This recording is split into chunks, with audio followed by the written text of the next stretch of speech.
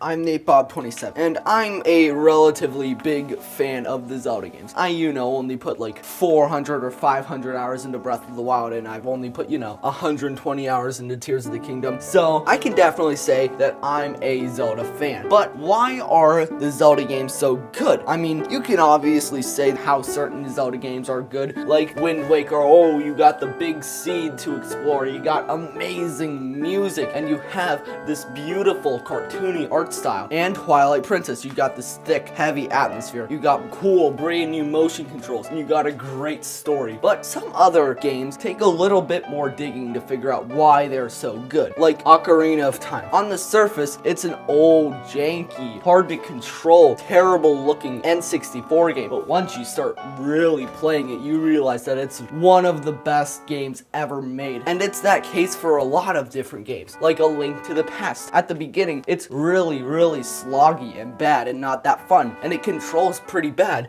but once you really start playing, you realize how good it is. And it's not just with Zelda games, it's like that with Dark Souls, especially Dark Souls. Mario games, like some Mario games start really slow, and even Doom. Games like Doom 2016 and Doom Eternal start out really hard and complicated and just weird, but as you keep playing, you get better and better abilities, and you realize the better and better the game is. That's also the case with many Metroid games, but I'm talking about Zelda today. What is the best Zelda game? Well, I'm pretty sure every single major Zelda fan can agree that Majora's Mask is the MVP. But why is that? Why is it so good? Why does literally every single Zelda fan put it towards the top of their top 10 Zelda game? Well, today I'm here to go over a retrospective of Majora's Mask and tell you why it is the best Zelda game ever, topping even Tears of the Kingdom and Breath of the Wild, and overtaking non-Zelda games like Bloodborne and Skyrim and other Elder Scrolls games. Why is Majora's Mask so scary and creepy with such a thick atmosphere that rivals even the likes of Dark Souls and Twilight Princess? Well, we're gonna go over all of that on this video. Let's go. Okay, so first off, let's address probably the game's biggest achievement in regards to how amazing it is. I am, of course, referring to the tone, the atmosphere, the theme. Majora's Mask is probably the most creepy, mature, most conceptually creative Zelda game ever. You see, Link, after the events of Ocarina of Time, leaves the realm, or well, town of Hyrule. Well, he does leave the realm, but we'll get to that later. He leaves the kingdom of Hyrule in search for a friend that he lost in the battles. So, on the way, he gets mugged by this one guy called Skull Kid. This guy's pretty kind of scary, and he's wearing Majora's Mask, so he's basically a demon monster in a body of, well, Skull Kid. Nobody really knows what he is. And he steals the ocarina, which is honestly a pretty bad problem. And he also has two little fairies accompanying him, Tierl and someone else. I can't remember the name. But anyways, he has two fairies with him, and he steals the ocarina. And he also steals Epona. So naturally, Link is pretty freaked out by this, and so when Skull Kid rides off on Epona after he stole it, Link grabs onto Epona and goes with him, and he gets dragged out to this one weird place that he doesn't know. So he follows Skull Kid, and apparently he falls into a different dimension or whatever, so he has officially left the realm of Hyrule or wherever he lives, and is now in the land of Clocktown, or just like the land that he's in. I don't know the name of it, I just know that he's around Clocktown, and this Skull Kid has gotten rid of Epona. He has murdered it. So honestly, that already sets a tone right now. He killed Link's horse, so it's honestly very scared because Link at least had Epona to comfort him when he was on the ride, but now he has nothing, and he's just alone with this stupid Skull Kid who stole the ocarina and who killed his horse and his two fairies. But it gets even worse, because then Skull Kid decides to turn Link into a Deku in a super creepy and scary cutscene, which just really amounts to just how creepy and scary this game is. In the cutscene, you can see Deku surrounding him and him running away from a Queen Deku as he gets transformed into a Deku, and it's all really scary. And just watching the cutscene can tell you how creepy and scary this game really is. It tells you that this land is weird and evil and demonic, and it's so different from where he came from. And this Skull Kid is being so horrible to him that he killed his horse and turned him into a Deku. So all of this really just comes together together to illustrate how morbid and terrifying this world of Majora's Mask really is. But even more, it's terrifying because all the people who live here, if they're real or not, I don't really know, because, well, this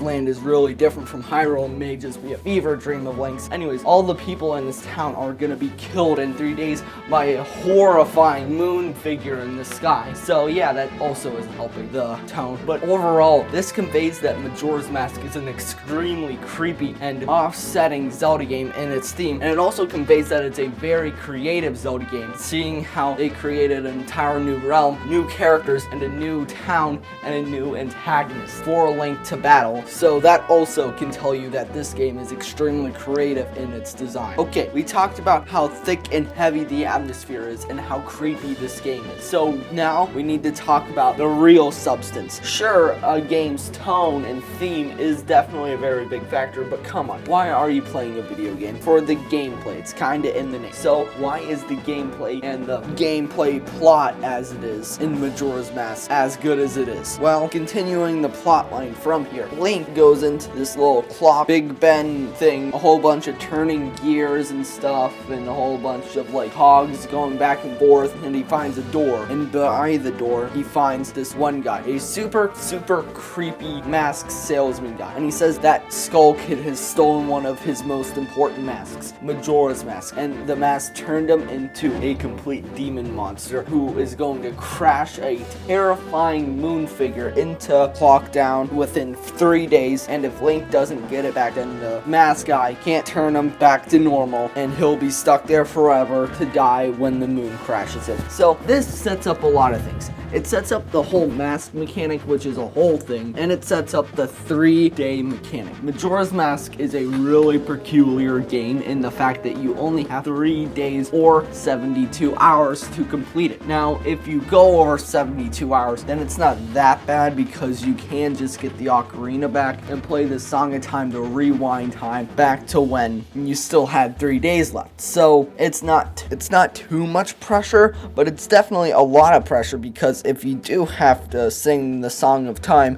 and rewind all the way back to the beginning, then you lose all your progress and you have to do it again. So you really don't want to do that, so you're encouraged to go quick. And also the masks. This tells us that the masks are a really important thing because there are multiple masks that you can acquire and they turn you into different creatures like Goron or Zora or XOXO that greatly affect the gameplay, but I'm not going to get into that today. What I really want to talk about is how creepy and weird this continues to be. Like, this mask guy is super weird and nobody really knows who he is or what he wants. Well, I mean, he wants to sell masks, but like after the game is over, he just gets up and leaves and is never seen again. So it's really mysterious. Also, the fact that Skull Kid is going to crash a moon into Clock Down within 3 days is terrifying. I mean, this is Skull Kid, and he killed your horse, and he stole your ocarina, and he turned you into Deku, but he's also going to kill everybody in the town with a giant moon figure. So yeah, that's also another thing that's fairly off-putting.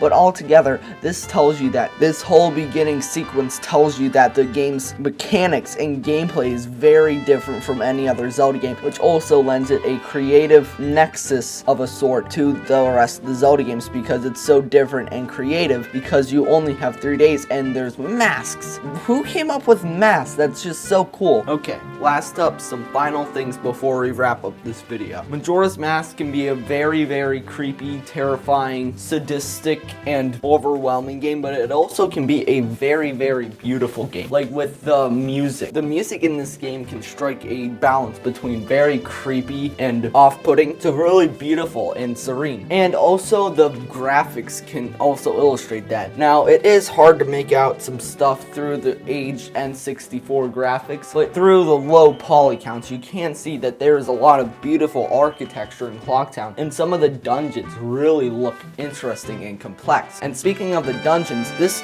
Zelda game has probably some of the best dungeons in the entire series. Some of these dungeons are super long, complicated, and can take so long to figure out, just like the game overall. But once you really get into them, you realize just how fun and satisfying they are to work your way through. And the game's story, past what I've talked about now, is also very somber and sad. Skull Kid's gonna crash a moon into Clock Town and kill everybody in the city. And once you really start talking to the NPCs, just how much of a personality and characters this town has, it's really sad because all of these people are gonna die in 3 days if you don't stop them. And that really motivates you to keep going. Also, your friend TL is kind of annoying as a companion because it's constantly buzzing, hey, press the C button, press the C button, I've got to tell you something. But she is a really good companion and has more of a personality than most people can give her credit for. Okay, we've gone over enough stuff. We've explained why Majora's Mask is so creepy, so difficult, and how it looks really good. But before we wrap this retrospective up, I want to go over just a couple things I think makes Majora's Mask special. One is the NPCs. Now, this kind of ties into the whole gritty sadness because Skull Kid's gonna crash a moon into Clock Town in like 3 days, and all these people are gonna die. But it makes it 10 times sadder when you actually start interacting and talking to these NPCs. I mean, some of these people are just like kids trying to play, and Skull Kid's gonna crash the moon into the town in a couple days and they're all gonna die.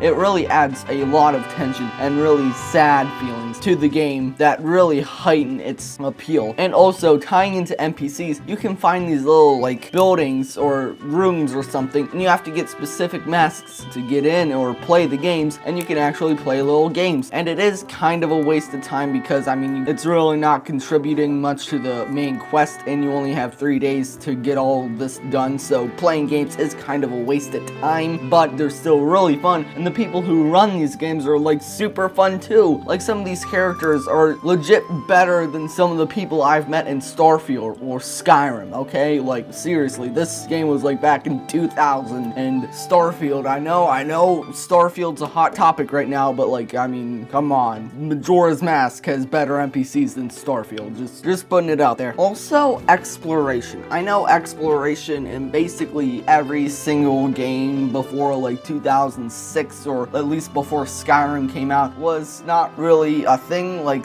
exploration as a concept really wasn't what we think of it today with the whole Elden Rings and Breath of the Wilds and Skyrims. Back in the day, exploration was like a normal game, or exploration was like, oh my god, you found the extra room in Mario Bros that led you to the pipes. So I know this is kind of weird saying this today, but the exploration in Majora's Mask is pretty good for an N64 game. Again, something like Elden Ring or Tears of the Kingdom or even Starfield kind of will trounce it in every single way, but I mean, at least for an N64 game, the exploration's pretty good. Clock Town is reasonably big and full of stuff to do and NPCs, and exploring it and exploring the spaces outside of Clock Town is also a lot of fun.